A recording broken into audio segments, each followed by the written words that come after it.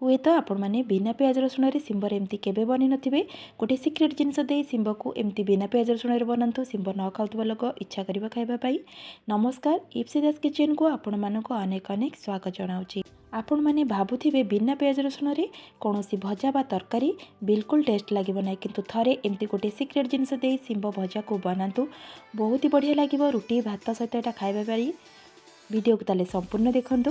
एठी देखंतु मु 300 ग्राम रा सिंब को नेछि। सिंब को मु एठी गोटा धोई नेछि। आपण माने मध्य गोटा धोई नै जिवे। एठी देखंतु दी साइड केमते कट लगे देबे, जा द्वारा कि ता साइड रे जो सिरो टाइप रो थाए सेटा बाहरी जिवो। देखंतु सूता गुडी को इजीली पूरा बाहरी जाउची।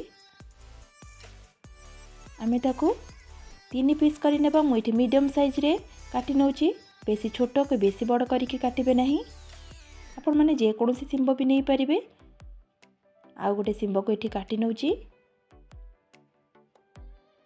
सिंब को काटिला बेले भितरे देखुथिबे पोक रही जायते, आपण माने केयरफुली काटिबे। एबे देखंतु सब सिंब को मु एठी काटि नेली। दुईटी मीडियम साइज रो आलू को लंबा लंबा करिकि चोपा लगेकी काटिकि नेछि। गोटे मिक्सिंग जार नै जाइछि। सेथिरे 3 रु 4 स्पून सोरिष को दे दोछि, हाफ स्पून जीरा को दे दोछि। दुईटी कंचा लंका को एठी दे दबा। 3 रु 4 स्पून नडिया कोरा को एठी दे दोछि। एटा ही होछि सिक्रेट। एठी हमें पानी को दे दबा, भल से ताकू पेस्ट करि नै आसीबा। बे देखंतु मसला पेस्ट हमर रेडी हे गला। एपटे गैस रे करै बसई थिली, करै भी गरम हे गलानी। सेतिरे तेल को दे दोछि। तेल भी एठी गरम हे गलानी। गोटे चम्मच फुटण को दे दोछि। फुटण भी फुटी आसलानी। अल्प भुरसुंगा पत्र को एठी ऐड करूछि। ताकू टिके भाजी नबा। देखंतु भुरसुंगा पत्र एठी भाजी हे गलानी। एठी हमें सिंब आ आलू को ऐड करबा। ताकू भल से गोले नउची। एबे सिंब आलू को तेल सहित भल से गोले नेली।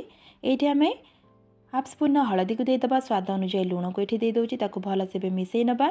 सिंब टिके सिजिबा पई टाइम लागबो। आमे टिके सेतिरे पानी को ऐड करबा। देखंतु हळदी लूण सिंब आलू सहित भल से मिसई नेली। मिसई सला परे मोटी 3 रु 4 स्पून पानी को ऐड करूछि। बेसी पानी देबे नहीं।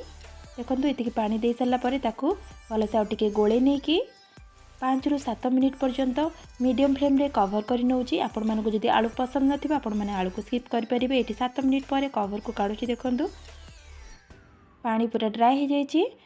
एठी 50% पूरा सिंब आलू सिझी जाईची। एठी मु जो मसला को रेडी करि रखथिली ताकू दे दोची। भल से ताकू बे गोळे नबा।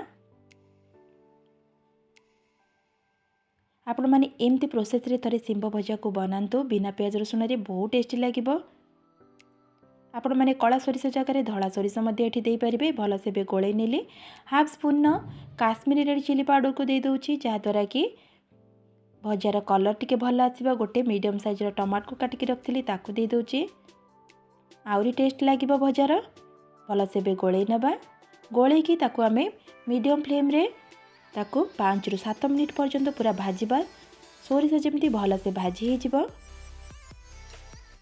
आउ आकु कवर करिबा नाही। मझिरे मझिरे एमती टिके घांटी नउथिबे, नले तळु लागी जिवो। आपण माने सोरिष देकी जेमती भजा बनाती सेमती ही एटा भजा हबो। सोरिषार कलर चेंज होला पर्यंत आमे ताकू भाजीबा। दर्शक बंधु, आपण मानको आजिर वीडियोटी जदि भल लागिथिबो प्लीज गोटे लाइक करि नेबे। फैमिली मेंबर को सह शेयर करि नेबे। ए पर्यंत मो चैनल को जदि सब्सक्राइब करिना सब्सक्राइब करि नेबे। एमती सहज ओ ओडिया नुआ नुआ रेसिपी देखिबा पाई। एबे देखंतु कलर पूरा एटी चेंज हे गलानी। सोरिषर आलू सिंब परफेक्ट भाबे एटी सिझी गलानी। हमर गरमा गरम सिंब आलू भजा एटी रेडी हे गला। आपण माने जे कोनोसी उपास व्रत रे निश्चय सिंब रेसिपी को ट्राई करंतु। नडियार मीठा स्वाद, सोरिषर झाल टेस्टटा पूरा जबरदस्त रहिबो। गरमा गरम भात रुटी सहित एटा बहुत ही बढ़िया लागिबो। ताला आज पई रहुची। नमस्कार, जय जगन्नाथ।